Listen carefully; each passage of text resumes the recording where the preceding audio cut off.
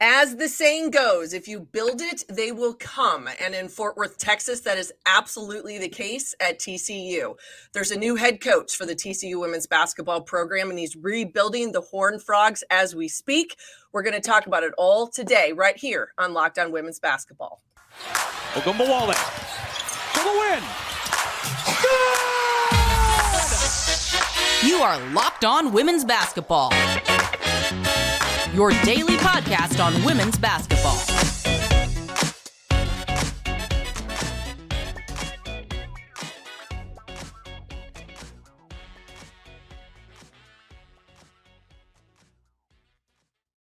Well, happy Thursday, friends. It is June 29th, 2023. I am Missy Heidrick, National Women's Basketball Correspondent here at The Next.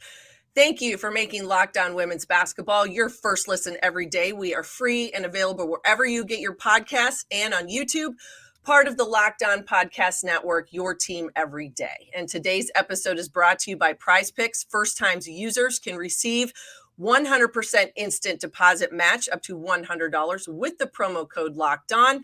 That's prizepicks.com, promo code Locked On.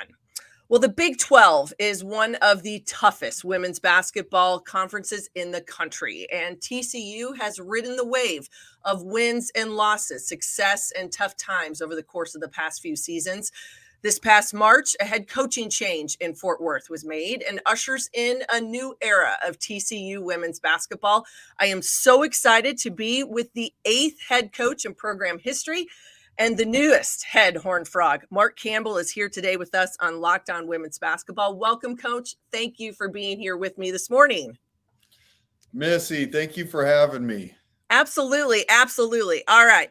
Now, 2 years ago, you spent 2 years as a head coach at Sac State, 25 wins a year ago, Big Sky tournament title, and NCAA tournament appearance. I know the past few months have probably been a whirlwind for you and for your family. But when that phone rang after you had taken Sacramento State to the NCAA tournament, what was it about this job? Why TCU for Mark Campbell? Yeah, great question, Missy. Really, it checked every box. First of all, the university aligns with my faith and my family. It's a very prestigious, private, high academic university that right now is seeing success in the athletic department literally all across the board. Fort Worth is an amazing town. Just this past 2 weeks, it's been fun to follow the baseball journey. And their last home game, they were playing in front of 9,000 people. So Fort Worth just loves their Horned Frogs. And so there's just great support. And then the facilities and the infrastructure that Jeremiah has built here is incredible. And I think you saw that when the football team played in the national championship game this year against Georgia. You don't luck into that game. And so the academics, the resources, the community, it checked every box. And I truly believe our staff has the opportunity to go out and recruit the most high-achieving young women from around the world. Your new boss, you mentioned him, the athletic director there at TCU, Jeremiah Donati. He used the term program builder when he introduced you at the press conference at your hiring. When you look at this rebuild at TCU, your experience as an assistant coach at Oregon State and at Oregon with Kelly Graves for multiple years, what's the foundation for you as you look at this in terms of your experiences from past jobs and say, okay, this is something that we can build here at TCU? Yeah. Well, last season they went 1-17 into Big 12. And during my interview with Jeremiah, I told him this isn't even the biggest rebuilding project I've helped build. Yeah. And so he laughed and he said that, well, that's a relief. But at Oregon State, 2010, got to be a part of the rebuilding project at Oregon State. And that was just an incredible life experience, incredible learning experience to be able to do that with Scott Rueck. But we got hired in August. And we didn't have a team. There was one scholarship player left, El Sarah Greer. And so we had open tryouts to just field the team. And we were able to build a roster that eventually played in the Final Four. And that experience, you learned how to win at the highest level while not having the best resources, while not being in a major city. And you found ways to attract high-level women that were elite basketball players. And so that experience, and we kind of got to do it all over again at Oregon, and a similar experience. It wasn't as bad as Oregon State, but it was a major rebuilding project. So those two life experiences, those two opportunities helped prepare me to walk through what we got to do at TCU to get this thing right and to build a special program. We mentioned at the top of the show, you just mentioned the baseball program, but when you build it in Fort Worth, the TCU faithful, they're going to come. And we've seen it. We've seen it over the course of the past year in football. We've just seen it in college baseball. We know that the men's basketball program with Jamie Dixon, what they've done there in getting back to the NCAA tournament, being a contender within the Big 12, that takes time. It doesn't come overnight. But what have you heard from the TCU alumni base, your women's basketball alums, just those in general associated with the institution, to say, hey, this is what we want our women's basketball program to be? Yeah, there's great support, and Coach Pebley did a tremendous job building a culture. And all those former players have all jumped in and have reached out and just want to help. They're just dying for just a great product. And so that part's, it's awesome to know that they're behind us and supporting us. And now it's up to us to go out and get the right pieces and start putting that puzzle together. You mentioned also in your press conference when you were introduced this spring, you talked about sort of 3 goals that you see for your players, kind of in that overarching, from the top down. When we look at things as a 60,000 foot level, you mentioned graduation rates, competing for championships and experience. How do those types of things set the standard for you now at the beginning that you can move forward with? Yeah, there's so many layers to it, right, of building a program. And so you first take that group of young women that you inherited and just trying to figure out which ones align with what we're trying to do and the direction we're trying to go. And I mean that in a healthy way. Some kids will fit and some won't. And you want everyone to be successful. And so the first order of business is navigating that. And then the new part that wasn't in play during the Oregon State rebuild and the Oregon rebuild is a portal. And so then you got to walk through the portal and which there's a lot of good that comes from it, but it's also a tricky thing. It's kind of like speed dating. So you don't get, a long runway to get to know all these kids and their families. And so I think we did a really good job as a program, adding some of those pieces.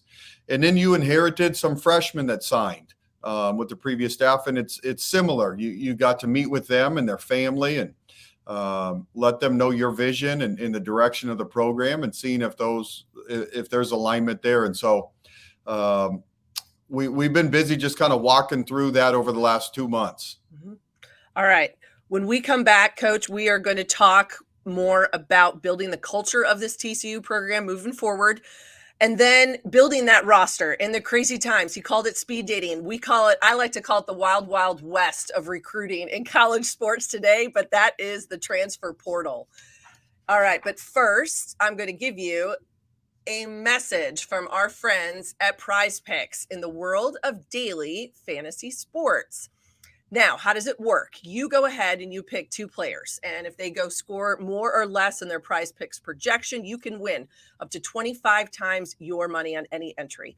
No competing against other people. It's just you versus the projections available. Prize Picks offers projections on any sport that you watch. It could be Major League Baseball. It could be the WNBA. It could be professional golf. You pick it, you choose. Entries can be made in 60 seconds or less. It's that easy, safe, and fast withdrawals, and currently operational in over 30 states and Canada. So you need to go download the Prize Picks app or go to prizepicks.com to sign up and play daily fantasy sports. First-time users can receive up to 100% instant deposit match for up to $100 with the promo code Locked On. If you deposit $100, Prize Picks will give you $100. If you deposit $50, Prize Picks will give you $50. Don't forget to enter the promo code Locked On at sign up for an instant deposit match up to $100. Hi, everybody. I am Missy Heidrick, and thank you for making Locked On Women's Basketball your first listen every day. For everydayers, tomorrow on the show, more WNBA coverage with Natalie Hevren. And I am so excited to be here today with Mark Campbell, the new head coach for the TCU Horned Frogs. All right, Coach, let's talk a little bit about what happens next. You take over this program in March. You've got to build a roster. You've got to build a program. But I think one of the biggest buzzwords that we hear all the time, and in college athletics, is people want to talk about culture. And we've talked a lot about the people that are around you within your program now, the staff that you've brought in. Change is not easy. We know that is not a simplistic process. But when you look at this and you think about the culture and the identity, what do you want this TCU program to be about moving forward? Yeah. It's like you said, there's a lot of moving parts to that, and that word is the culture word's thrown out a lot. And so we're just trying to find humble, hungry, hardworking, talented young women. And when you can get that thing right, and that trumps basketball. You got to get the locker room right. You got to get your culture right. And you get alignment with those things, the basketball will take care of itself. And it's really easy to just get focused and lost on the basketball part of things. But that'll come. And so really our staff has been working their tail off to identify those players that fit that. And then, so there's that piece. Then you have to find those players that fit your basketball system and get those two things to merge together. And so, we added 6 kids from the portal, which is a lot. Yeah. But we had a lot of scholarship space and needed to add some talent. And so we walked through that carefully, but we're really, really excited about those pieces. All right. Talk to me a little bit about some of those pieces that you have brought in. This roster is going to look really different for those that have been around the Horned Frog program, fans, people within the Big 12, a lot of new faces that are going to be part of this. And when you rebuild, when you looked at what your needs were going to be, and then you were able to look in the portal, see the freshmen that had signed ahead, what was there when you got there, was there something glaring that said, hey, I got to have this? Or do you just say, you know what, I'm trying to find the right fit and the right people? Yeah. We got to find the right people, and then they got to fit what we do. Missy, we lead the country in pick and rolls. The last 2 years at Sac State, 4 out, 1 in. You need a monster center. You need high-level shooters to space a court. And you need as many playmaking guards as you can get your hands on. Okay. And so that's as we went to try to assemble a roster and see what was in the portal, we found our point guard. I mean, Jaden Owens is just an old school pure point guard, elite defender, elite facilitator, just an incredible leader. She has been an absolute blessing. And so thankful that she chose to do her last year of college basketball in our program. And she's just been tremendous. And so that was the first piece. And in our system, you need playmakers and a center. And so adding Sedona Prince, 6'7" center, had the opportunity to coach her at the University of Oregon. And Sedona was going into the WNBA draft, and it worked out that she wanted to do one more year of college basketball. And Sedona is as talented player as I've coached. I think the closest comparison for Sedona, honestly, is Jokic. She is so skilled and high IQ in her ability to pass and create and score. And so that's kind of your 1 and 5. And then some other pieces that are going to have huge roles. Madison Connor from Arizona is an elite playmaking scoring guard. I get a lot of data during our individual workouts and shooting numbers, and she's absolutely crushing it. She's one of the best shooters I ever coached. I think probably her and Taylor Mikesell are the 2 best shooters that I've been able to coach, and she's doing great. And Agnes from Stanford, Obviously won a national championship with them and has played an important role as a big 6-foot wing.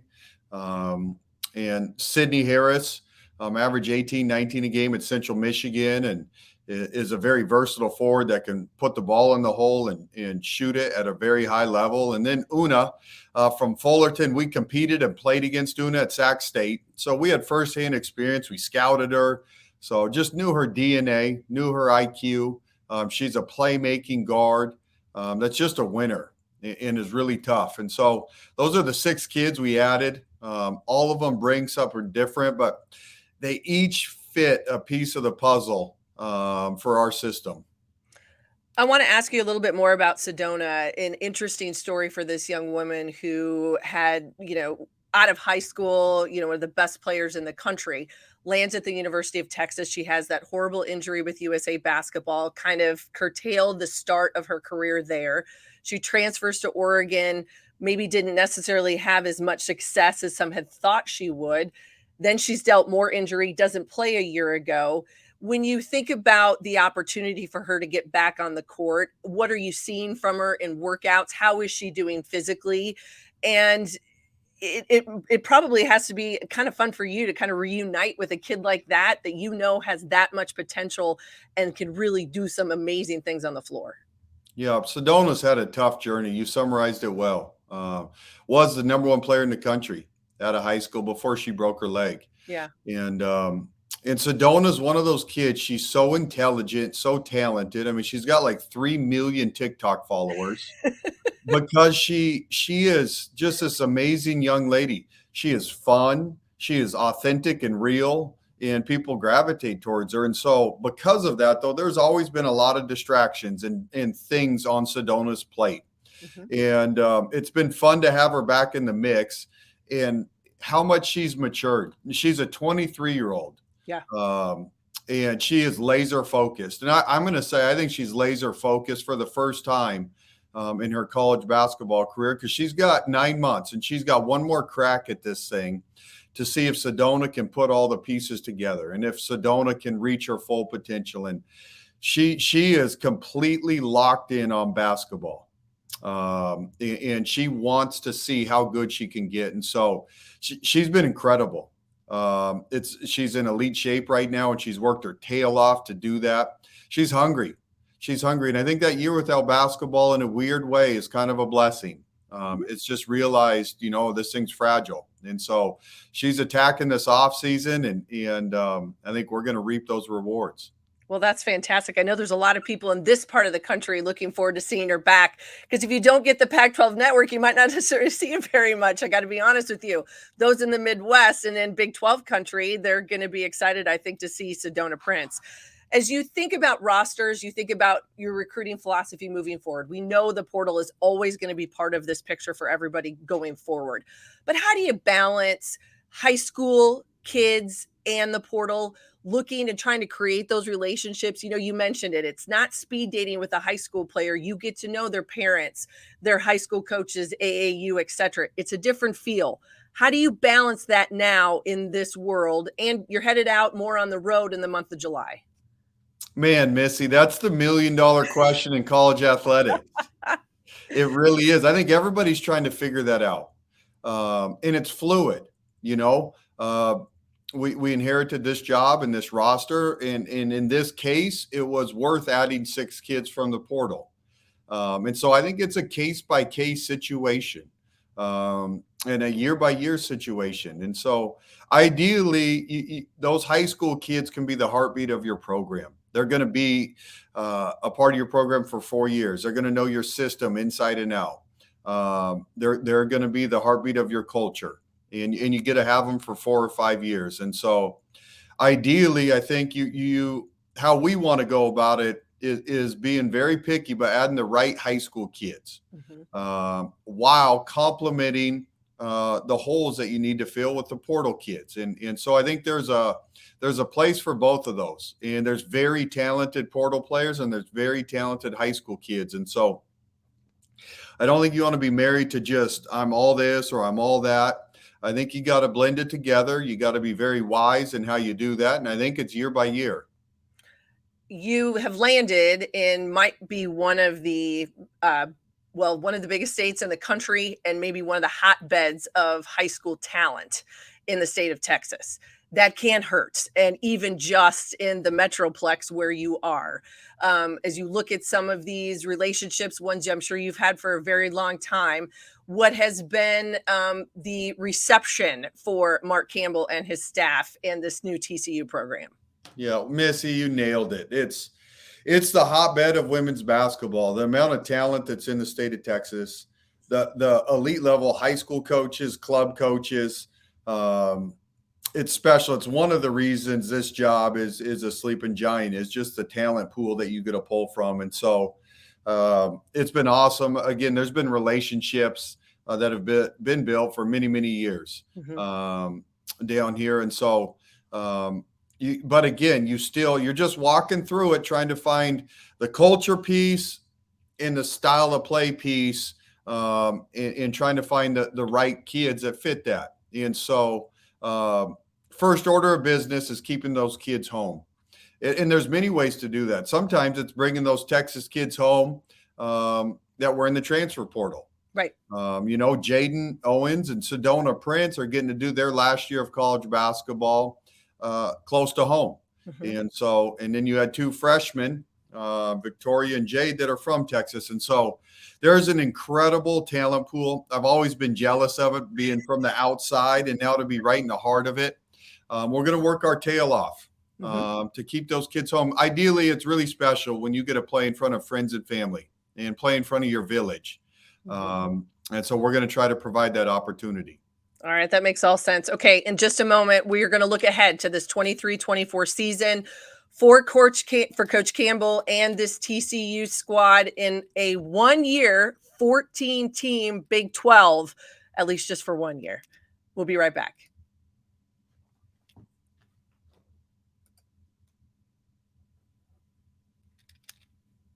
Hi, everybody. Missy Heidrick here on Locked On Women's Basketball, and joined by the TCU head coach, Mark Campbell. All right, Coach, we've talked about a little bit about this roster, why you landed in Fort Worth, and now congratulations, you are smack from the West Coast to the Midwest and the Big 12 Conference. It's not an easy league to battle in, but you've seen it in the Pac-12. We know how hard it can be. What about this league? I'm going to ask you two questions. What about this league excites you? And then what keeps you up at night? Oh, the league's a monster, right? I might be off on this, but I think 6 teams played in the NCAA tournament last year, and the 7th team went out and won the WNIT. The league's loaded with just incredible coaches. And so that keeps you up late at night. And so every coach that's in this league has done a tremendous job and earned the opportunity to coach in this league. And they know their craft and they know what they're doing at a high level. And then there's some of the best players in the country in the Big 12. And so we got our work cut out. We have a lot of work to do, but it's exciting. If you're a competitor, there's no better league in the country. You want to go compete against the best coaches, and you want to go compete against the best players. And part of that is then finding kids and on the recruiting trail that want to do the same thing. And so it's exciting, but yes, I'm not sleeping a lot right now. You mentioned Jaden Owens, and we talked about her in our last segment, coming to you from Baylor, where she had some success. She knows this league. That has to be a benefit to have a player like that now in your gym, in your locker room, talking with these other kids on your roster to say, hey, this is what we're going to see night in, night out. That kind of leadership, that's lightning in a bottle, I would think, for someone like you. Missy, it's priceless, like absolutely priceless. And I'm going to say there's 4 of them that are battle tested, right? You got Jaden played 36 minutes a game in the Big 12, running the show on a top 25 team. Yeah. And so she's been there, done that. And Sedona, she was redshirting the year that we had the number 1 team in the country at Oregon, and she's played in NCAA tournaments and competed for Pac-12 championships. So she's been in the trenches and has done it. Agnes from Stanford has won a national championship and played in Final Fours. And so she knows what it takes to win at the highest level of college basketball. And Madison Connor at Arizona, she was on the team that played in a national championship game. and has competed at the highest level. So you got some kids that have seen it, that have done it, that have been in the trenches and are seasoned veterans. And so as scary as the league is, I know we got some serious talent too that has done it. And then you got the young ladies that we inherited that have been a part of this league. They've seen it. They've seen how hard it is. And so they're motivated to help us dig out of the hole. And so just really excited about the young ladies that we get to go to battle with. You mentioned the spread pick and roll scheme offensively. One thing that I know, having been around the Big 12 for many years, you could try to outshoot and outscore people, but eventually you've got to get stops on the defensive end of the floor. So when you think about your philosophy, what you guys are instilling over these spring and summer months, headed into the fall in your preseason, what will people see on the floor defensively from the Horned Frogs going into the season? Yep, you got to defend and rebound to win championships, to win conference titles. So no gimmicks, no gimmicks. You got to flat out defend and rebound. And so we'll hang our hat in straight man-to-man old school defense and keeping someone in front of you and be able to box out. And ultimately to play at the highest level, you got to be able to do that. Mm-hmm. And then we got to find different ways for Sedona and how she's got to defend and pick and rolls, potentially playing a little zone to keep her around the rim. I mean, she's a shot changer. And so, but we got to hang our hat and be an elite man-to-man defensive team that can box out and rebound at a high level. Well, that seems it's easier said than done. And I guess I always say that there's a lot of kids that come to college that never were taught how to box out. And so you might be doing a lot of box out drills right now. I don't know. That may be something that's on the list of things that go on every day in your workouts. And you said it, we know how tough this league is. And so one question that I always want to ask coaches is you got to think about scheduling. You take over a program. Sometimes there's things you inherit that you can't get out of, that you're stuck with or what have you. When you think about your philosophy of scheduling, what this 23-24 season is going to look like, what have been some of the things you guys have focused on? What have you wanted to do to be able to instill that new culture and that competitive winning way? Yep. Scheduling's usually done, a year or two out. So our hands are tied a little bit. There's about 75% of the schedule was already buttoned up. And so you just had a game here, a game there that you could add. And then moving forward for the next seasons, we'll be able to kind of craft it the way we want. But scheduling's fluid, right? As you build a program, you want to keep elevating your schedule to challenge your team. Yeah. And so that'll be constantly evolving. One unique thing is we get to go do a foreign tour this summer, which literally couldn't come at a better time. I mean, this is 14 new players for our staff. And there's 6 portal kids, 2 freshmen, 6 returners. So you got this whole blend. And so just super thankful for the opportunity to do a foreign tour. And from the coach's perspective, the secret sauce in that is your 10 practices you get. Yes. Right. From the kids' perspective, they get to go out and play games and see the world. Yeah. And so we're really excited to go do that in August. All right. Tell me a little bit. I know your wife, Ashley, you've got 2 daughters. You can hang your hat on the hashtag, the girl dad idea.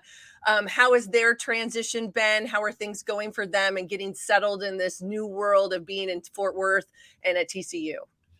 Well, my wife's, she's amazing. So thankful for her. And we just celebrated our 21st wedding anniversary. So she's been along on this ride the whole time. And Ashley played. She played at Vanderbilt, so she gets it. Yep. But that doesn't make it easy. And so in the coaching world, you see the head coach move and dive into a new job. But reality is there's still the life part and the family part. And so we literally just closed on our house back in Sacramento. And so that's a process. And the movers just came to go get all the items. And then you got to find a home here, right? Yeah. And so we're working through all those logistical things. So they're not here yet. I've just been down here by myself, which in some ways allows me to just be 24/7 and really dive into this project. And they'll get over here right now. Ashley's dad was a big high school coach and ran some of the biggest tournaments in at the grassroots level. And so my oldest daughter is going to be a freshman. And so she's getting to play in the End of the Trail tournament for the first time coming up here. And my youngest daughter is doing kids camp Awesome. in Oregon City, where my wife grew up. And so they're having fun and they're kind of doing that thing over there while I'm here in Fort Worth. And next month in July, they'll get down here for good. So we're slowly transitioning. It is never an easy process, no doubt about it, on every single level. And you're absolutely right. I think a lot of people forget that there's the other part of it, and you can take your backpack and your duffel bag, but there's a lot of other stuff that goes with that beyond. All right, Coach, I've got to ask you one more question. I love to ask everybody this, because I get all sorts of different answers. I've had endorsements for coffee shops and entrances to campus, but I know you've only been at TCU for a few months, but outside of your practice facility, which I see right behind you, and or the arena there on campus, what have you found to be your favorite place so far on this TCU campus? Man, it's going to be the death of me. Right across the street from our arena is Chick-fil-A. Okay. Which my daughters and wife love and I love. And there's a coffee shop. And so, Missy, I don't know how the season's going to unfold and all that, but we will lead the country. Our staff will lead the country in coffee consumption. I guarantee that. Excellent. So we have hit all the little breakfast spots and coffee shops in Fort Worth. Fort Worth is kind of a foodie town, I'm learning. They just have unbelievable spots. And so we've kind of been making our rounds. But the number one thing is the coffee shops. And my favorite spot, I'll give it a shout out. It's called Common Grounds. It's right next to campus. When you come to town, maybe me and you can go get a cup of coffee over there. But I'll sneak over there and do my film and sit down and have a cup of coffee. And they got some good pastries over there. So, yeah, it's been fun getting to see Fort Worth. It's a really neat community. Well, congratulations, Coach. I think it is going to be exciting to see this new rebuild. So many pieces, building blocks available to you. And I know that there are a lot of people in the Big 12 that the red flags went up when this announcement and your hiring was made, because I think the word I got from a lot of folks is it's not going to take long. And another competitive, highly competitive program in the state of Texas is going to mean a lot of really good things for this Big 12 conference. So welcome back to the Midwest. And thank you so much for joining us today on Locked On Women's Basketball. I really appreciate it. Missy, thanks for having me. And we're going to chip away at this thing and look forward to meeting you in person. Absolutely. Can't wait to watch your team on the floor. I want to thank Coach Campbell. You can find me on Twitter. I want everybody to make sure you follow us at thenexthoops.com and follow this podcast at Locked On WBB. Thank you for making Locked On Women's Basketball your first listen every day. For our everydayers, tomorrow on the show, more WNBA coverage with Natalie Heverin and additional great coverage on Saturday as well. We have you covered for all things women's basketball. Come back and see us soon, and keep your eyes on the TCU Horned Frogs. Thanks, everybody.